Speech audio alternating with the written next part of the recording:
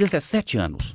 Acompanha 5 blogs, vê tudo que é vídeo que aparece no YouTube, tá sempre ligada com a amiga Joana, faz pesquisa na internet e tem um perfil no Orkut.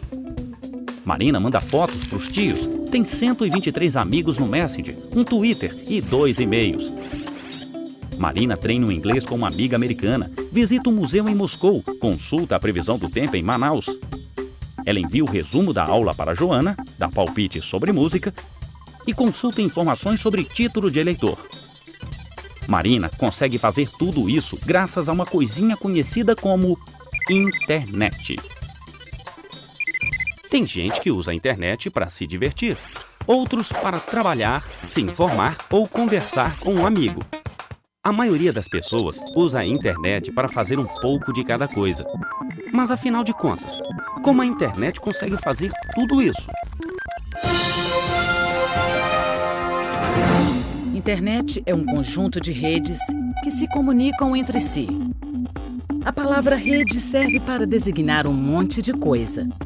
Existe a rede do Gol, a rede para pescar, a rede para tirar um cochilo domingo à tarde. A palavra rede serve para descrever um emaranhado de coisas que se ligam umas às outras. Pode ser um emaranhado de fios, de estradas ou mesmo de computadores. Uma rede de computadores é formada por 2 ou mais computadores conectados entre si. Computadores ligados em rede podem se comunicar, compartilhar textos, um programa ou mesmo uma impressora.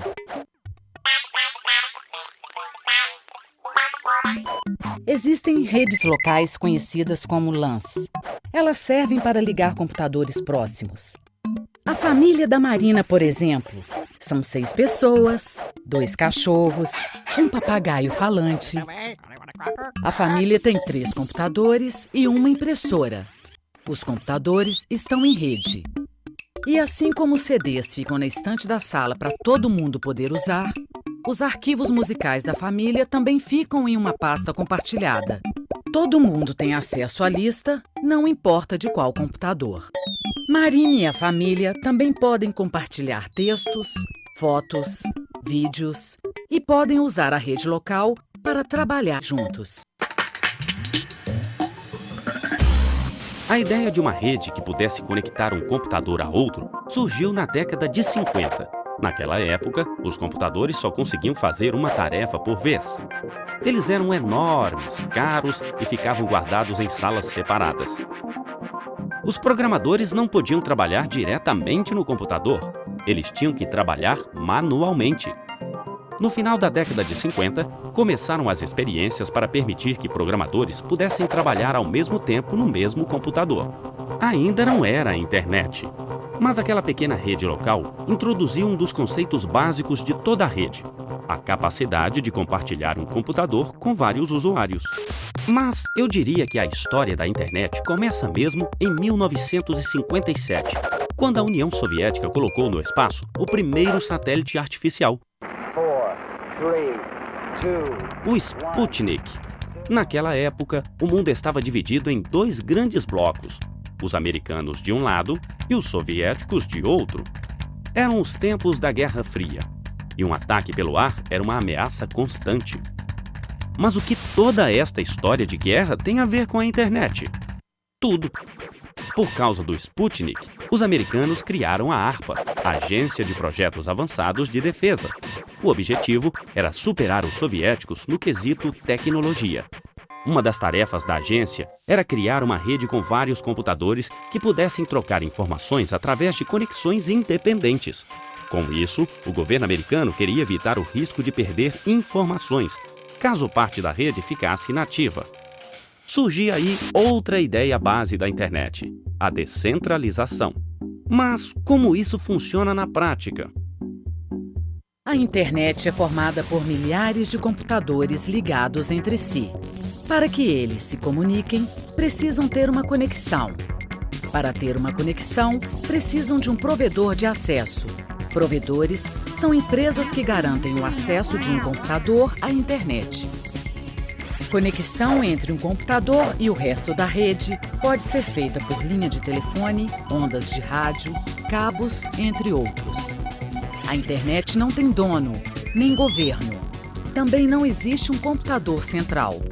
Assim como uma pessoa pode usar caminhos diferentes para ir de um lugar para outro, a informação pode chegar ao destino através de caminhos diferentes. No caso de um cruzamento, uma pessoa pode usar as placas para se orientar e escolher o caminho mais rápido. No caso da internet, esse papel cabe ao roteador. Roteadores são uma espécie de computador especializado em realizar a comunicação entre as várias redes que compõem a internet. Ele analisa cada pacote de informação e decide o melhor caminho até o destino. Pacote? Afinal, nós estamos falando de computador ou de uma fábrica de biscoito? A informação viaja na rede em forma de pacotes. Quando uma pessoa manda um e-mail para outra, o roteador divide este arquivo em pacotes. Cada pacote tem uma parte da mensagem. O roteador pode definir um trajeto diferente para cada uma destas partes. O computador do destino reúne todos os pacotes e reconstitui a mensagem original. Esses pacotes não têm biscoitos, papel higiênico ou jornais. Apenas códigos matemáticos. O ser humano precisa de um tradutor que consiga transformar esses pacotes cheios de códigos em fotos, vídeos, e-mails. É para isso que existe o navegador. O navegador é um software que permite ao ser humano conseguir informações na internet. A criação do navegador mudou a história da internet. Em 1970, a palavra internet não existia.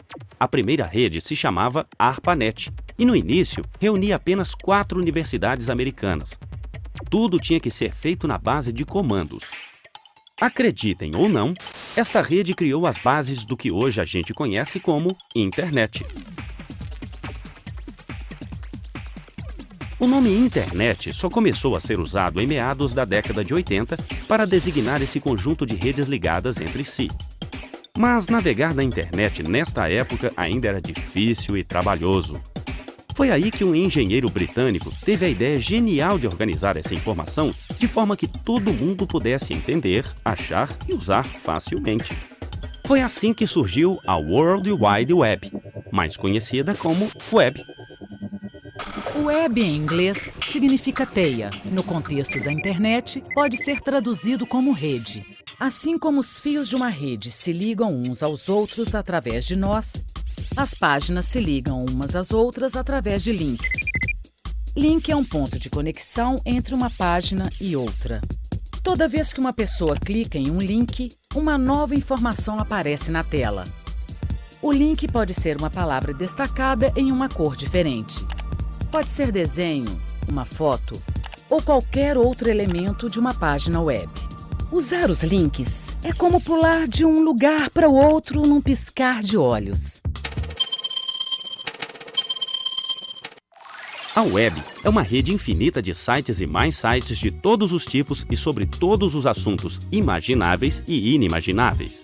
Deve ser por isso que eles escolheram o verbo navegar para descrever a ação de percorrer este oceano de informações.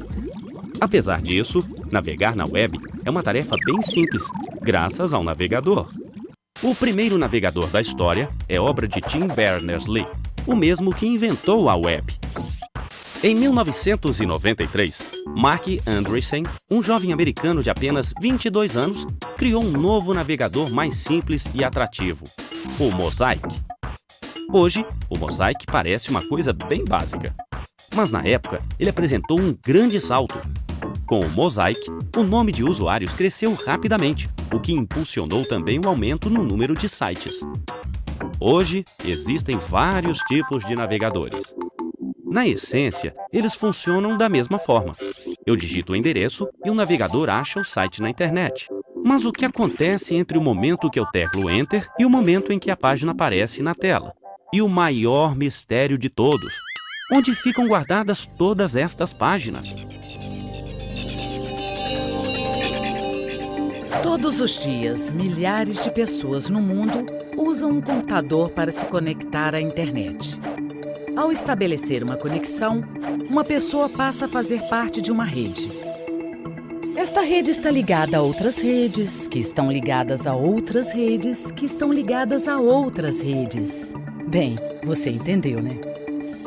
Cada máquina conectada na internet tem um endereço único, o IP. Um endereço IP típico se parece com isto. Assim como o endereço serve para localizar uma casa em um bairro ou cidade, o IP serve para localizar um computador em uma rede. Alguns destes computadores são conhecidos como servidores.